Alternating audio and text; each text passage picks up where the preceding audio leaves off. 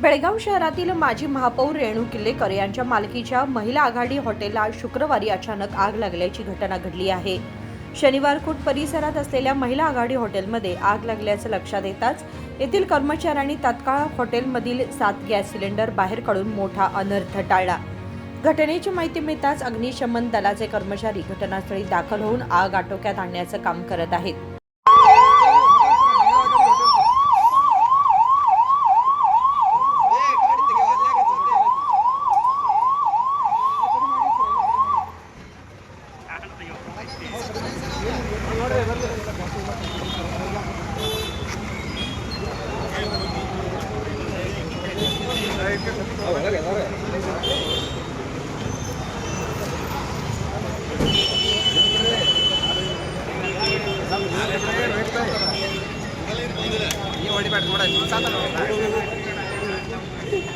अरे तो बरा हडीवार नव्हतं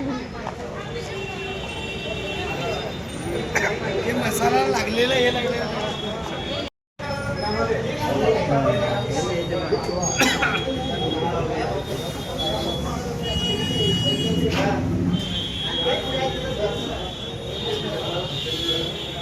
ही घटना खडेबाजार पोलीस ठाण्याच्या हद्दीत घडली असून आगीचं कारण अद्याप स्पष्ट झालेलं नाही। राजशेखर हिरेमठ, KMM मराठी, बेळगाव।